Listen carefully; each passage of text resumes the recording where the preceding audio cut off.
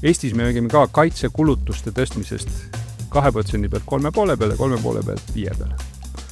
Mis oleks, kui me flippame selle ümber ja me räägime kaitsetulude tõstmisest?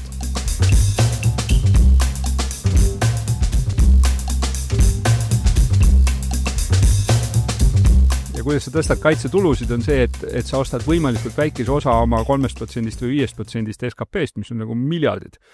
Võimalikult vähe osa sellest saadad näiteks Ameerika või Lõuna-Korea või Austraalia sõpradega, kes oskavad toota meile kahurid ja lennukeid ja võimalikult palju toodad neid asju kuskil siin, kas kitsamalt Eestis või üldse Euroopas ja arendad välja enda võimekuse toota droone, toota, ma ei tea, raadiosideseadmeid, raadiosegajaid, igasuguseid neid asju, millel on väga sageli ka muud rakendused majanduses peale selle, aga siis oled sina see, kes nagu toodab neid, hädakorral on sul nagu tootmisvõimekus võtta, sa saad panna nagu ka need asjad üles, et nagu hoida vaenlast piiri taga ja sa saad seda teistele ka müüa, kellel neid vaja on. Ja noh, see on see koht, kus mulle tundub, et kaitsetööstuse arendamine, nende ettevõtete toetamine ja arendamine, sinna investeerimine, aga ka sinna nõu ja jõudmine on nagu selline konstruktiivne viis, kuidas teha see, et see jama, ega see naaber meil kuskil järgmist 20 aastat on meil täpselt sama naaber, on ju. Ega ta kuhugi ei kao, et sellest olukorrast nagu parim võtta on siis vähemasti keerata see nagu majanduskasvuks, on ju.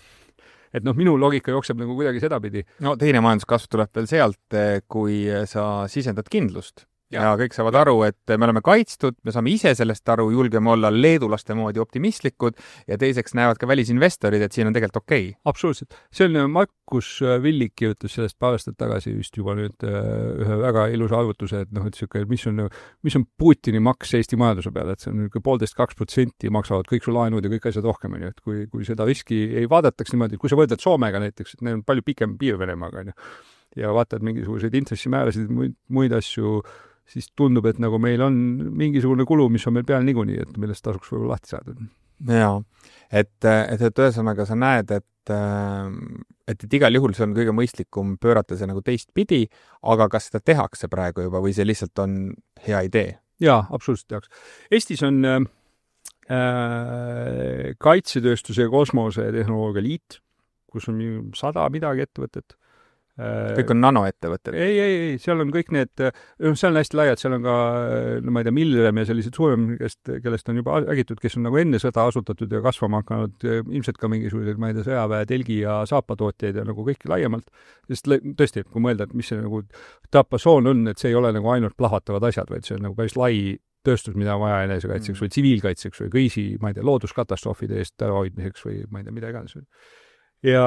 Ja siis selle lisaks Eesti asutajate selts, kus on sellised idufirmade asutajad kogunenud, et nemad lugesid kokku, et Ukraina sõjast alguses on tekkinud Eestisse 110 uut tehnoloogiaettevõtet, kes ühe või teisel viisil lahendavad neid probleeme ja lisaks tulnud 50 ettevõtet, mille on asutanud teised Eestis. Kas ukrainlased teinud Eestisse või lääne poolt tulnud asutajad, kes teevad seda Eestis, kuna me oleme nagu kuidagi lähemal Ukrainale ja nagu siin need sidemed on nagu tihedamad. Ja noh, see mõtled, et 3 aastaga, kui on tekkinud 150 firmat juurde, kes lahendavad, et see on nagu päris hulk nagu tarku inimesi ja ärksaid päid, et küll neist nagu mõned ka õnnestuvad, et kõik ei pea. Aga kas praegu oleks juba siis riigil midagi osta? See, et kui me suurendame oma kaitse-eelarvet, et siis juba võiks hakata Eestist ostma? Jaa, ma arvan küll, jah. Aga jällegi ma nagu täpselt seda, mida nagu riigihangete seis või kuidas nad on, seda ma ei oska nagu kommenteerida.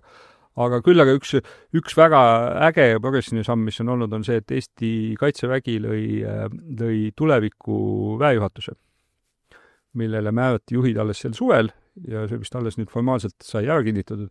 Aga ma olen näinud neid inimesi, neid ohvitsere laval, kes nad käivad idufirmade üritustel, räägivad, et nüüd on siin uks, tulge ja rääkige, näidake, mis on teie lahendused, me võime teile öelda, mis on meil lahendamata probleemid, leiame neid viise. See tahe nagu koostööd teha on nagu täiesti selgelt olemas, et see ma arvan, et enne Ukraina sõda me ikkagi olime selles olukorras, kus see nutika ideega drooniehitaja läheb mingisse hankekeskkonda, kus on kõigepealt kirjas, et ma ei tea, näidake oma viimase 7 aasta maksude tasumist tõendavaid dokumente ja ta ettevõte on 1 aasta vana, et siis jääbki sinna see jutt katki. Et see valmisolek innovatsiooni eesliiniga kuidagi nagu suhet ehitada ja luua on, ma olen tekkinud ja sealt see kõik hakkab. mida soovitada noortele või me räägime ilmselt vanematega peamiselt, aga millest tea, võib-olla noored ka vaatavad meid, et kuhu üldse suunata neid õppima, kuna see on nüüd nagu läinud, minu arust pilt on läinud nagu liiga segaseks ja liiga kirjuks. Et olid ajad, kui eks oli selge, et kutsekasse on kindlasti minge. Täna on natukene see diskursus õnneks muutunud, et tegelikult võib ka kutsekasse minna. Siis, eks ole, varem oli üsna selge, et tegelikult sa võid õppida nii humanitaaralasid kui reaalaineid ja päeva lõpuks kõik toimib, et sa saad ikka normaalse töö ja kõik läheb kenasti ja oled tark inimene, õpid elus edasi. Praegu, eks ole, öeldakse, et alati kui inseneriks õpid, siis kindlasti, siis nagu elu lõpuni on hästi. Aga kui sa lähed õpitad prantsuse keelt, see ei ole see nii kindel, et sa enam mingi töö endale saad. Ja veel kolmas kiht siin peal on kogu see AI-indus. Nagu ma sulle enne korra ütlesin, et mis jaoks on täitsa nagu tõesti ohumärk, et see esmatasandi tööd tehakse ära AI poolt, võtame kas või, ma ei tea, juurabüroos. Need kõige lihtsamad advokaaditööd tehakse ära tehisintellekti poolt, ehk siis, et see sisenemiskoht enam noortel nagu ei olegi, justkui. Kuidas sa nagu seda tajud, et mida üldse öelda sellises kontekstis nüüd meile, Eesti inimestele, et mida õppida, mida teha? Minu vaade ei ole selles muutunud, et ma 30 aastat tagasi nagu, eriti kui sa oled nagu tehnoloogia ettevõttes või ma ei tea, kui me Skype'i ehitasime, et siis sulle nagu ütletakse kogu aeg nagu ma ei tea, kas sõnu suhu panna, et ma ei tea, et rohkem programmeerida oleks vaja või kõik lapsed peaks õppima programmeerima. Ma arvan, et kõik lapsed võiks aru saada, mis programmeerimine on ja osad neist siis nagu filtreerida ennast sisse, et kas see on see, mis ta nagu eluaeg teha tahab või mitte, et see ei ole vabandatav, et lapsed ei tea, et neil puudub võimalus kogeda seda, mis on nagu masina tegema, mis tunne on panna masin tegema seda, mida sina tahad, mitte täita tema korraldusi. Et see nagu tehnoloogia proaktiivse kasutamise oskus on ülioluline, see peaks väga varajases faasis olema, aga see ei tähenda, et kõik peaksid õppima programmeerijateks või reaalteadusteks. Mina olen eluaeg näinud, et kõige põnevamad asjad juhtuvad seal, kus on need Venni diagrammid, kus on nagu mingite eridistsipliinide kattuvused tekivad. Et näiteks, et ehitada väga head mingisugust tarkvaratoodet, siis sul on vaja programmeerijat, sul on vaja väga hea empaatiavõimega disainerit, kes oskab selle teha selliseks, et kasutaja sellest aru saaks ja kasutaja oskaks ja siis kedagi, kes selle äriliselt käima paneb, et ka, et sul on mitu distsipliini ja nende ühisosas tekib nagu see nagu innovatsioon ja uus mõte ja ka teostus. Ja see tähendab definitsiooni mõttes, et sul on vaja inimesi, kes on õppinud kõikidesse nendesse erinevatesse nurkadesse tulemist, on ju. Et sul on vaja selleks, et AI-d kasutada, sul on vaja inimest, kes suudab nagu välja mõelda AI-algoritmid, sul on vaja inimest, kes ma ei tea, Rein Raud juhtis 20 aastat tagasi tähelepanu, et maailma kõige suurem antropoloogide tööandja on Google, sest see nagu inimühiskonna ja inimeseks olemise mõistmine on ülioluline nende tehnoloogiate arendamisel. See on täpselt sama selles AI-maailmas ka, kunstniku, muusikud, kõik muu, et ma arvan, et meil on vaja niisugust tervislikku tasakaalu nende vahel ja ma arvan, et kus läheb kuidagi asi nagu nihkesse on selline nagu masstootmine mingisugusesse niisuguse vanasse kasti, mida ei ole täna. Mingisse suunda jooksmine. Ja, et sellist tegelikult, mida on, kus jälle jõuab välja, mis on niisugune natuke ära leidatud, et see on niisugune elukestev õppe ja oskus õppida ja kõik sellised asjad, aga ka nagu mittefunktsionaalsed või mitte selle spetsiifilise valdkonnaga seotud asjas, kuidas töötada teiste inimestega, kuidas töötada üle kultuuride ja ajavööndite, sest kui sa paned inseneri ja kunstniku tuppa, nad ei räägi sama keelt, on ju, nad peavad õppima üksteisega nagu rääkima, on ju. Et nende oskuste, et kui ma arvan, et ideaalsel juhul ma ei tea, noor inimene, kes läheb õppija tehnoloogia valdkonda, võtaks ka filosoofia algkursusi ja teeks 2 semestrit välismaal. Et seda laadi kombinatsioonid on need, mis teevad tast parema, vastupidavama oskustega inimese kui see, kes läks ja õppis pimedas toas programmeerimist 3 aastat. Ja see on tegelikult täiesti siis ka okei, kui noor inimene ei tea, mida ta õppida tahab. Ta saabki hakata natukene nagu vaatama siin ja seal. Ja sa mainisid neid ametikoole.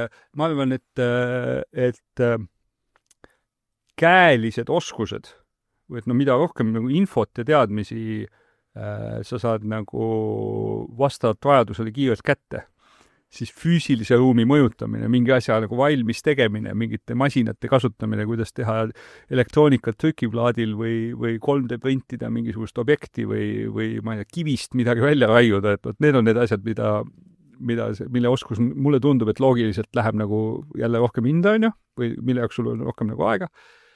Ja siis võib-olla lõpuks mul üks siuke ulmekirjanduse raamat nagu Diamond Age või Teemanti ajastu, mida kirjutas Neil Stevenson kunagi. Ja ta kirjeldab maailma, kus on leiutatud mateeriaprinterid, ehk siis kõik asjad on tasuta. Et sa, kui sul on padi puudu kodus või lusikas, siis sa lähed kööki ja lased mateeriaprinterist enda uue lusika välja. Mis maksab on see, et kui see on disainerlusikas või mingi brändiga lusikas või natuke pehmem padi või et siis keegi nagu mõtles mingi välja toote, siis sa selle eest võid nagu maksta, muidu on tasuta. Ja mis selles ühiskonnas juhtub? See on üks lõbumajapidaja Madame Ping.